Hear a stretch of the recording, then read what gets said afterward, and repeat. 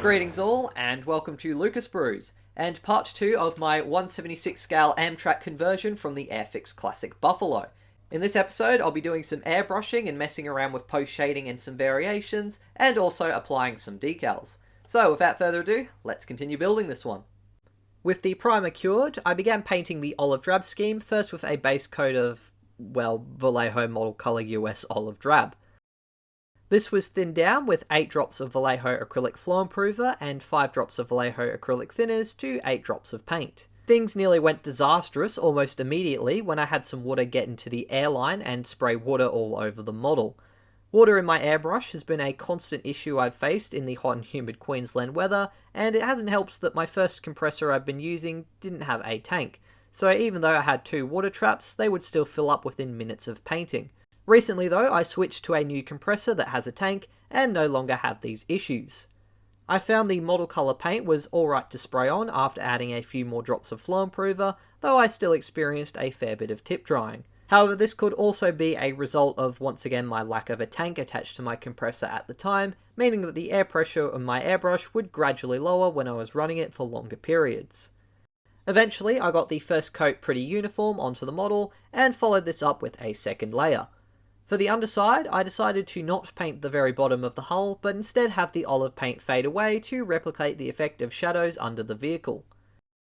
The acrylic paints dry very quickly, so once my airbrush had been cleaned up, I moved on to attempting some highlights on the upper surface by mixing some of the US Olive Drab with the slightly lighter Vallejo 71015. This mix was sprayed onto the upper surface of the vehicles as well as onto the sides to add some lighter shades of olive drab on panels. I found the effect was too subtle, so I then added a drop of 71305 Cockpit Green and again sprayed this on the upper surface and different panels to create highlights and panel variation. I wanted further contrast and more fading on the upper surface to give the impression my Amtrac had been well used, so I added a few drops of the even paler Model Air 71132 Imperial Japanese Navy Pale Grey, and this time mainly sprayed the upper surface and the middle of some panels for some faded areas and lighting. The colours were still a bit too dark for my liking, so I added a few drops of interior green to this mix, and this time I was a lot happier with the more pale shading in random spots, especially on the ramp walkway and around the hatches where paint would be weathered from people walking. In some reference photos, LVTs appear to have different shades of green on their side panels, so to replicate this and also give the impression that my vehicle had had a few parts replaced and repainted to prevent too much corrosion, I mixed various colours such as British dark green with the olive drab to paint different panels with subtly different shades. RLM66 was also mixed in with the olive drab to produce some deeper shading on the sprocket, lower hull and inside the cargo area. The effects were honestly very subtle, and I probably should have made the contrast even heavier since, as you'll see, the varnishing and later weathering really toned it down.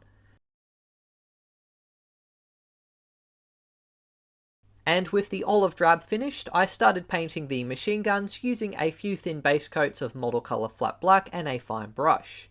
This was then followed by some Vallejo Model Air No. 41 US Olive Drab for their ammunition boxes, Vallejo Model Air Gunmetal Metallic for their barrels to give them a metallic shine, US Olive Drab for their framework to match the hull, and some Vallejo Model Color Flat Earth for the machine gun handles. Finally, I then painted the ammunition belts with Model Color Gold, and picked out the straps on the machine gun's ammo boxes with some Vallejo Model Color Buff. Unlike many Shermans, there did not appear to be any rubber used on the tracks, so I painted them entirely with a few coats of Vallejo Model Color Natural Steel.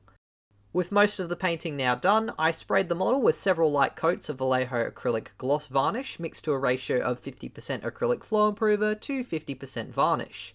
The glossy coat would seal the paint job, protecting it from getting scratched or damaged when handling the model, and also provide a smooth surface to apply the decals onto to prevent silvering. The varnish was left to cure for 12 hours, and then I applied the kit's included star decals without any of the British specific markings. The decals were placed in some warm water for a few seconds, and once they became loose of the paper, I applied a bit of water onto the model where the decal would go, and then slid the decal into place using my brush and carefully positioned them. Once on, they received some Vallejo decal softener gently rubbed on, followed by some Tamiya decal adhesive to help them sink onto the model. Being new cartograph decals, they behaved really well, and once they'd had 12 hours to set to the model, I then sealed the decals and gave the model a duller finish by applying several coats of Vallejo acrylic satin varnish. I went with the satin varnish since a lot of much more professional armour modelers use it to get a metallic sheen on the model that generally looks a bit more realistic. But in this case, I probably should have gone for a matte varnish instead to have a dull and more faded look for the camouflage, which would have also better contrasted with the weathering effects I would later be applying. But on the whole, I was still pretty happy with the effect, and the fading and colour variations, though a lot more subtle now, were still present, and I was happy with them for a first attempt. The model would once again be set aside for 12 hours to let the varnish cure, before I could then move on to the weathering. Thank you very much for watching this slightly shorter than usual build video. I do hope you enjoyed it and got something out of it. If you did, please be sure to leave a like and also subscribe to the channel so you don't miss part 3 where we'll be covering the weathering. All going well, part 3 will be coming out next week, and I'll be following up this build with the Airfix 1/72nd scale Bristol Bowfighter, so make sure you don't miss that one as well. That's it for now, but until the next video, as always, take care and model on.